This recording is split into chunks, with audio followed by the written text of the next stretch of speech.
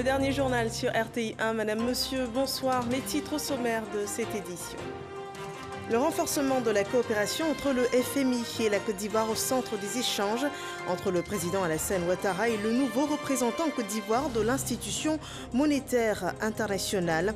Les deux personnalités ont parcouru les voies et moyens de consolider la coopération. Le bureau des commissions permanentes voté en plénière ce mercredi à l'Assemblée nationale. La séance plénière a vu l'adoption de la composition des bureaux des 6 commissions permanentes dont les présidents sont issus des différents groupes parlementaires.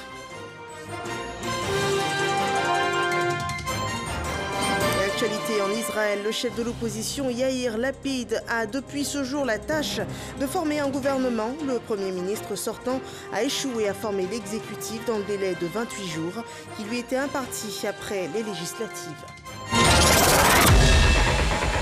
Bienvenue dans ce 23h au palais présidentiel. Ce mercredi, le chef de l'État recevait le nouveau représentant résident du Fonds monétaire international en Côte d'Ivoire, récemment désigné pour conduire les actions du FMI dans le pays. Kadima Kalonji s'est engagé à renforcer davantage les liens entre la Côte d'Ivoire et l'institution monétaire mondiale. Jérôme Kofi Abola. Les relations dont l'excellence ne fait l'ombre d'aucun doute, celles entretenues entre la Côte d'Ivoire et le FMI, Fonds monétaire international. Le représentant résident du FMI en Côte d'Ivoire en est heureux. Il l'a fait savoir au terme de la visite qu'il a rendue ce mercredi au président de la République, Alassane Ouattara, dans les locaux du palais présidentiel, 6 au plateau. C'était une visite de courtoisie auprès de son Excellence, Monsieur le Président de la République, qui a été une opportunité pour moi de me présenter depuis ma récente nomination en tant que représentant résident du Fonds monétaire international.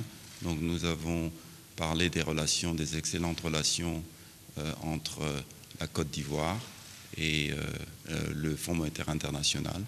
Et j'ai exprimé au chef de l'État mon désir de continuer à œuvrer pour maintenir et renforcer l'excellente relation. Pour le représentant résident du Fonds monétaire international, la Côte d'Ivoire et son institution sont des partenaires sûrs et entendent le demeurer avec le renforcement de la coopération que les deux parties entretiennent sans ménager d'efforts. Et cette rencontre avec le représentant résident du FMI a succédé à l'audience accordée par le chef de l'État au ministre d'État burkinabé de la réconciliation. Les échanges ont porté sur des sujets d'intérêt commun, notamment l'expérience de la Côte d'Ivoire en matière de réconciliation nationale. Le compte-rendu de Jérôme Kofi Abola. Le Burkina Faso s'inspire de la gestion de la problématique de la réconciliation nationale en Côte d'Ivoire. C'est dans cette optique que le ministre d'État, ministre de la Réconciliation et de la Cohésion sociale du Burkina Faso, a rencontré ce mercredi le président de la République, Alassane Ouattara, au palais présidentiel. Le ministre burkinabé a dit être porteur d'un message du président du Faso à son homologue ivoirien, Alassane Ouattara. Ce message traite des questions relatives à nos deux pays dans le cadre de la coopération historique, ancienne, riche et diversifiée qui nous lie et qui fait que de temps en temps, nos deux chefs d'État, soit directement, soit indirectement à travers des envoyés, se concertent donc sur des questions d'intérêt commun. Avant de rencontrer le président, vous avez été témoin d'une visite que j'ai rendue à mon frère et ami le ministre Kouadio Kona Bertin, qui a en charge un département similaire au mien, à savoir celui de la réconciliation nationale. C'était une visite de travail qui nous a permis de commencer à nous informer mutuellement des efforts que nous faisons et surtout de commencer à nous enrichir mutuellement des expériences même très courtes que nous avons donc engagées sur ce terrain de la réconciliation. Avant de quitter le palais présidentiel de la République de Côte d'Ivoire, l'émissaire du président Roch Marc Kaboré s'est par ailleurs félicité de l'importance que les présidents ivoiriens et burkinabés accordent à la réconciliation. Dans l'actualité parlementaire ivoirienne, les 6 commissions permanentes de l'Assemblée nationale sont constituées depuis ce jour. Après la formation du bureau en avril dernier, les membres des commissions permanentes et leurs présidents ont été présentés au cours d'une séance plénière dont le compte-rendu est fait par Moussa Konaté. Les commissions permanentes de l'Assemblée nationale sont connues. Au nombre de 6, elles sont présidées par des députés issus de différents groupements politiques après consultation avec les présidents de groupes parlementaires. Nous mesurons toute la responsabilité qui est la nôtre, nous mesurons toute l'attente et nous voudrions saisir l'opportunité pour remercier le bureau de l'Assemblée nationale avec à la tête le président de l'Assemblée nationale et le président de mon groupe parlementaire qui ont porté leur choix sur ma modeste personne. C'est une grande responsabilité, surtout qu'il s'agit de la commission qui concerne les questions d'éducation, de santé. Donc c'est au centre de la vie des Ivoiriens. Donc nous nous battrons pour que le bien-être et les préoccupations des Ivoiriens soient prises en compte au niveau de l'Assemblée nationale. Je retrouve une fonction que j'ai exercée par le passé en tant que président de commission, mais d'une autre commission. C'est donc une deuxième expérience et c'est un challenge et nous allons nous efforcer de le relever. Nous allons continuer à renforcer notre coopération, et tant au niveau bilatéral que multilatéral, et surtout faire de la diplomatie parlementaire une diplomatie qui fait gagner la Côte d'Ivoire. Chaque commission est composée de 40 à 42 membres. La mise en place est bien accueillie par les députés. Ce sont des propositions qui ont été faites par les différents groupes parlementaires. Ça a été validé aujourd'hui par l'ensemble des députés. Je crois que l'Assemblée est maintenant prête à jouer le rôle de gardien. De la commission des affaires générales et institutionnelles, qu'on appelle commission des lois. Et c'est dans cette commission-là que je vais travailler et je vais apporter ma contribution à l'édification de la nation ivoirienne. Avec la formation des différentes commissions ce jour et l'élection des membres du bureau en avril dernier, l'hémicycle dispose désormais de tous ses organes opérationnels. Le président Amadou Soumaoro lance donc un appel aux députés. J'invite chacune et chacun de vous à se tenir prêt pour l'examen des projets de loi. L'Assemblée nationale va procéder les jours à venir à l'adoption du calendrier des travaux pour l'année 2021, ce qui donnera le coup d'envoi au débat parlementaire. Voilà, l'Assemblée nationale est donc prête à siéger et hors de l'hémicycle ivoirien.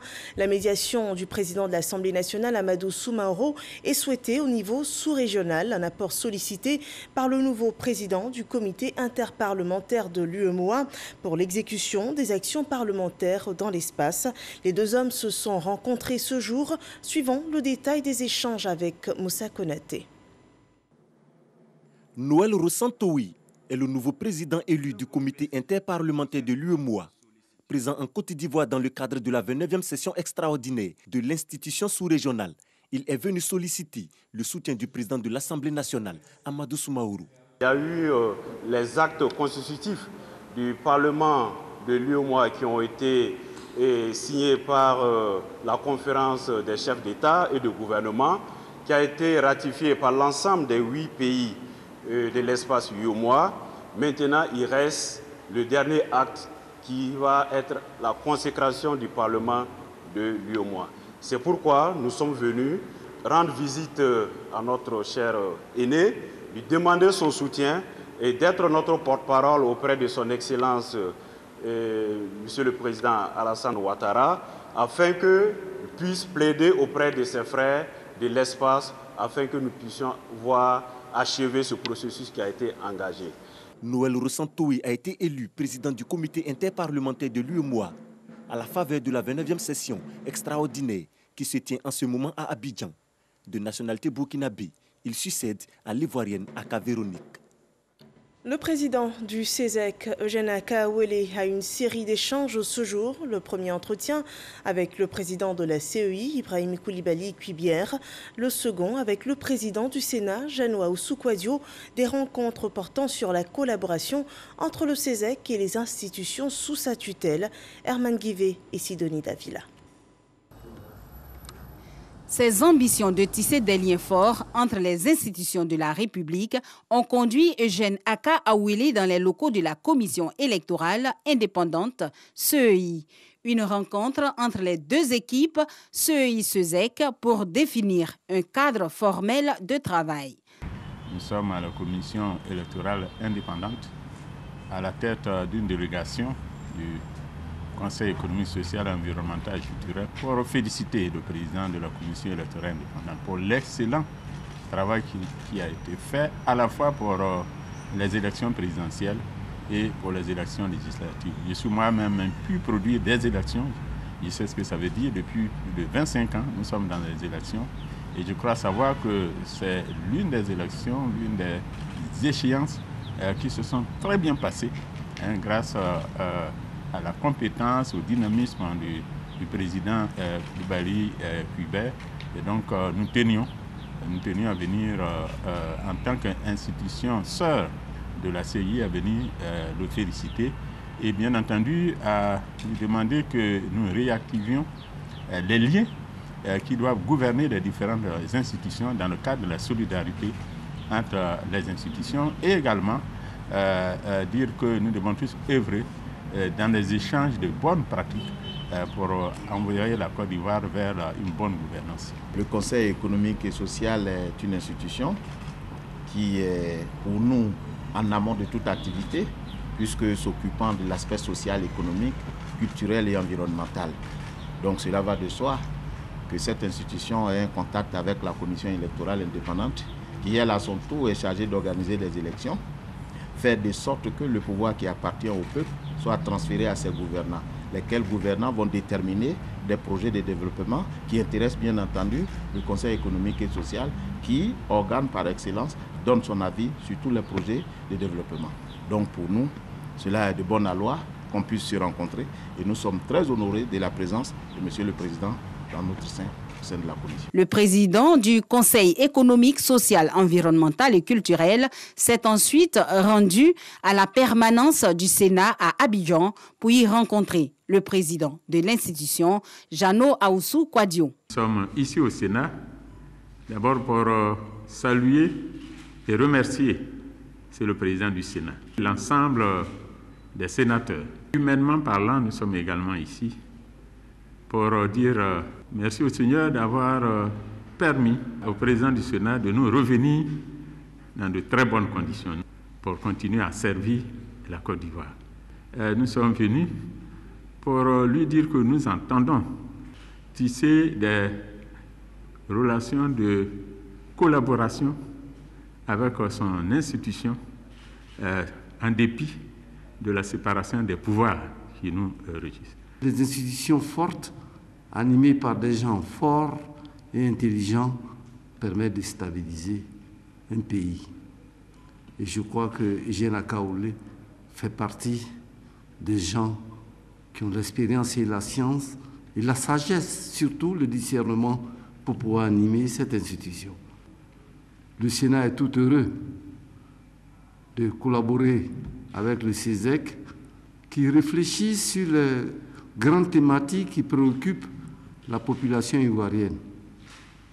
Donc nous sommes en parfaite conjugaison et il s'agit aujourd'hui de mutualiser les efforts de toutes les institutions de la Côte d'Ivoire pour faire de ce pays un modèle promis à l'humanité. Un tour de rapprochement du CESEC avec les institutions de la République initié par Eugène Akaouélé qui a débuté la semaine dernière. La collaboration également sur le plan humanitaire pour le retour des réfugiés ivoiriens dans de bonnes conditions. Le ministère de la Réconciliation et de la Cohésion nationale y travaille avec le Haut Conseil des Nations Unies pour les réfugiés qui a, au cours d'une rencontre, présenté la situation des réfugiés ivoiriens dans les 5 pays d'asile majeurs. On voit cela avec Moussa Konaté. 270 000 réfugiés sont rentrés en Côte d'Ivoire. Des efforts sont en cours pour accroître ce chiffre. Cette séance de travail entre le ministre de la Réconciliation et de la Cohésion nationale avec Angèle Diossou, la représentante du Haut Commissariat pour les réfugiés en Côte d'Ivoire, vise à échanger sur le renforcement des actions à mener pour le retour du maximum de personnes au pays. Le ministre Kouadio Konan Bertin a salué les nombreux efforts fournis au Commissariat pour les réfugiés lors des différentes opérations de retour de réfugiés. Les deux personnalités ont également émis le souhait d'harmoniser les initiatives dans le cadre du retour des réfugiés en Côte d'Ivoire.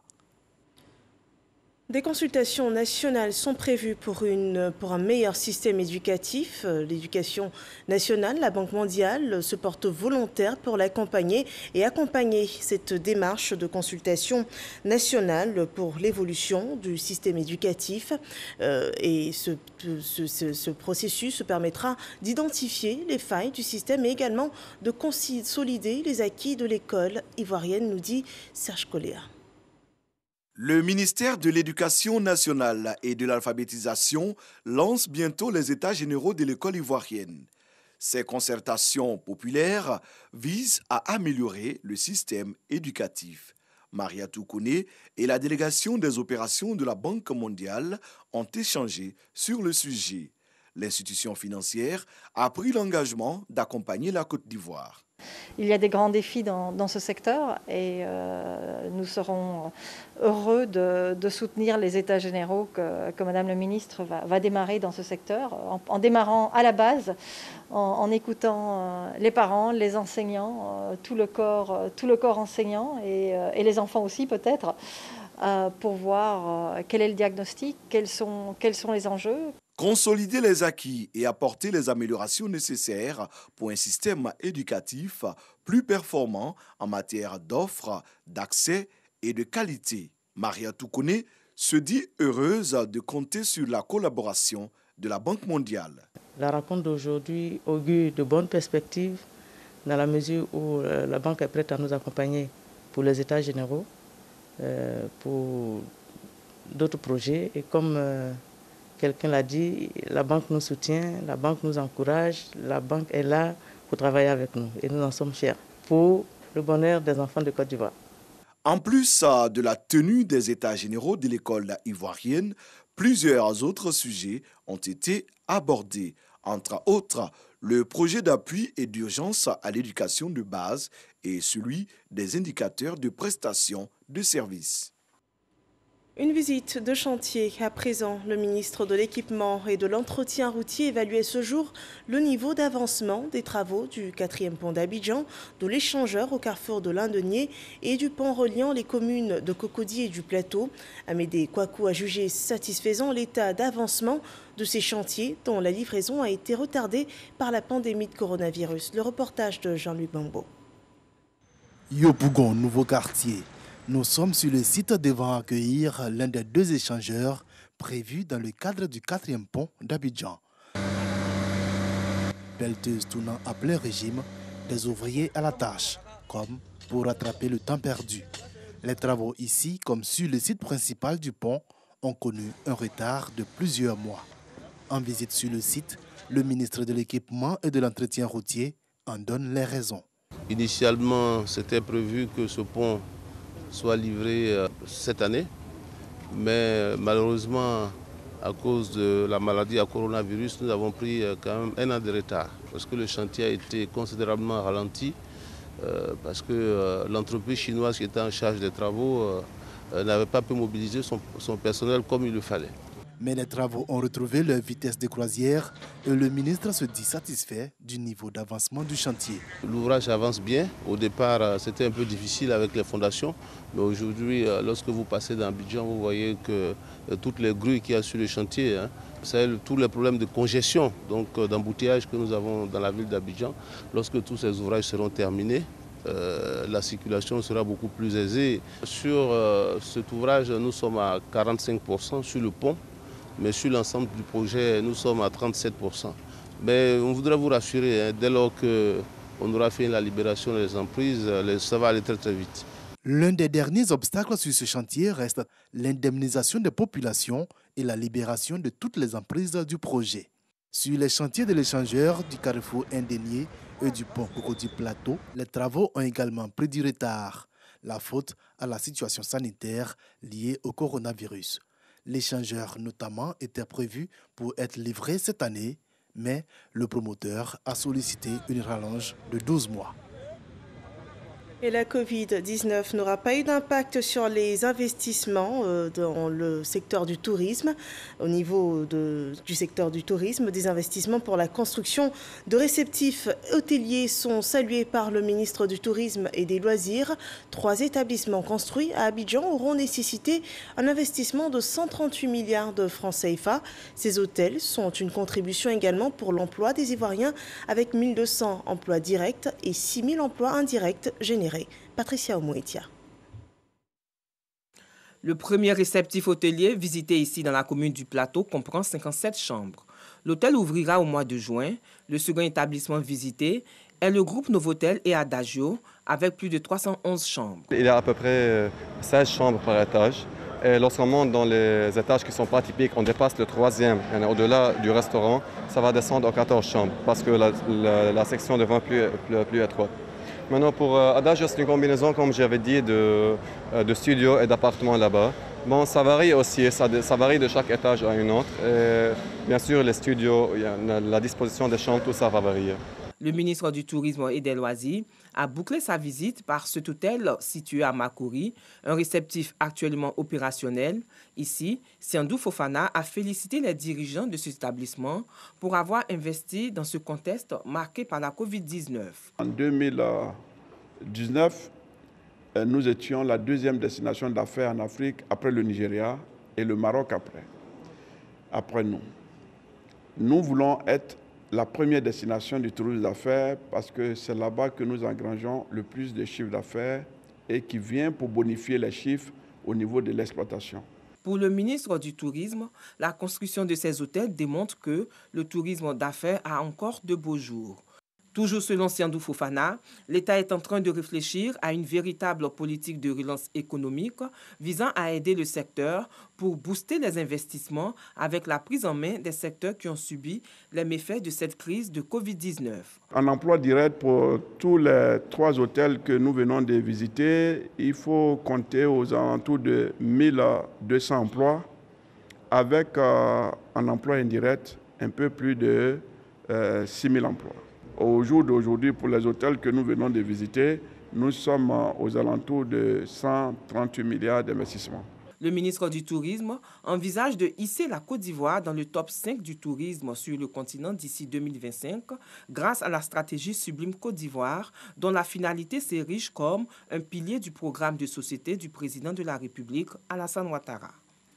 Partons à présent pour Maféré, c'est dans la région du Sud Comoé. Là-bas, un commissariat de police est ouvert depuis ce week-end. Il a été inauguré par le général Vagando Diomandé. Ce commissariat renforcera les actions pour la sécurité des populations dans cette localité, sécurité assurée jusque-là par la brigade de gendarmerie. Sidonie Davila. L'État ivoirien dans une dynamique de faire reculer l'insécurité dans le pays. Coupure de ruban symbolique, remise de clés, le tout nouveau commissariat de Maféré, tant attendu par les populations, est ouvert.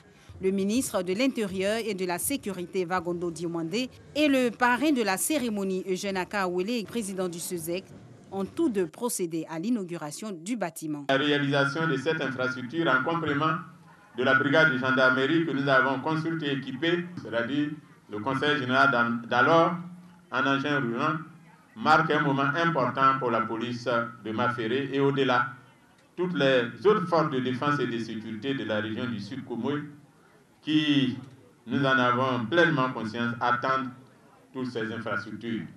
Ce nouveau commissariat accueille 50 fonctionnaires de police avec à sa tête le commissaire Koné Djibril. Cet édifice, conforme aux normes, leur offrira certainement un cadre de travail adéquat selon la tutelle. Le ministre de l'Intérieur et de la Sécurité salue l'implication personnelle du maire de Maféré, Dr Michel Kadio, pour la construction de cet édifice. Si tous les maires agissaient comme vous, chaque mairie, chaque commune aurait au moins un commissariat. Chaque commune, chaque mairie aurait au moins une brigade de gendarmerie. Merci pour l'œuvre que vous venez de poser. Non seulement vous aidez l'État, mais aussi et surtout, ce que vous faites, c'est pour nos parents. Je voudrais vous dire qu'il n'y a pas de police sans population. De la même manière qu'on ne peut pas garantir la sécurité sans qu'il y ait une parfaite symbiose entre les agents de sécurité que sont les policiers et la population qu'elle est censée protéger. C'est pourquoi j'aime bien vous confier le commissariat de police de Maféli, avec tout ce qu'il contient. Un véhicule pick-up 4x4 et une moto ont été offerts par le ministre Vagondo Diomandé lors de la cérémonie d'inauguration du nouveau commissariat. Et ce drame à Bradino, c'est dans l'est de la Côte d'Ivoire. Là-bas, 6 personnes ont perdu la vie après la chute d'un camion dans le fleuve Comoé. Un accident qui s'est produit le 1er mai dernier. Les populations encore sous le choc racontent les circonstances du drame. Des témoignages rapportés par Godefroy Okambawa. C'est ici, en traversant le fleuve Comoé, comme nous, à la lisière du village d'Abradinou, que ce camion dont nous apercevons encore l'épave s'est renversé. Dans sa chute, 6 personnes meurent, noyées. 2 véhicules qui sont montés sur le bac. Je me suis rassuré que non, ils sont bien stationnés. Arrivé ici, bien accostés. Je suis descendu pour diriger le premier camion. Malheureusement, le deuxième véhicule qui était derrière n'avait pas tiré le frein à main, n'avait pas de cale. Et quand le bac a accosté, lui qui est derrière a pris un coup, il a commencé à faire marche arrière. Il est tombé dans le chauffeur, a vu son camion partir, il s'est précipité pour aller dans son véhicule. Malheureusement, ça n'a pas marché. Abradinou est encore sous le choc. Dans la cour du chef, c'est la consternation. C'est une deuxième fois, mais la première fois là, c'est le camion qui est tombé dans l'eau et on l'a enlevé. Donc c'est la deuxième fois pour le 1er mai. Donc le sous-préfet est venu avec CB. Ils sont venus me trouver, on allait faire le concert avec les parents de ces victimes. Donc ils ont fait le concert avec le médecin. Quand ils ont fini le concert, on est tombés tous d'accord dans les intérêts. Le souhait le plus ardent des populations du village d'Abradinou et environ est la construction d'un pont. Une infrastructure qui permettra de désenclaver plusieurs villages et faciliter les échanges entre les régions. Il y a trop de voyageurs ici. Et actuellement, il n'y a plus de manger. C'est à Zopé, à Abidjan, qu'on va payer manger. Donc on gagne un camion de transport pour qu'on facilite le voyage. Nous de lance un pont métallique. Le village d'Abradinou, dans le département de Bétier, compte près de 8000 habitants. Depuis 2012, le bac, entretenu par la Géroute, est le seul moyen pour rallier cette localité. Et voyons à présent le point de l'évolution de la pandémie de coronavirus en Côte d'Ivoire.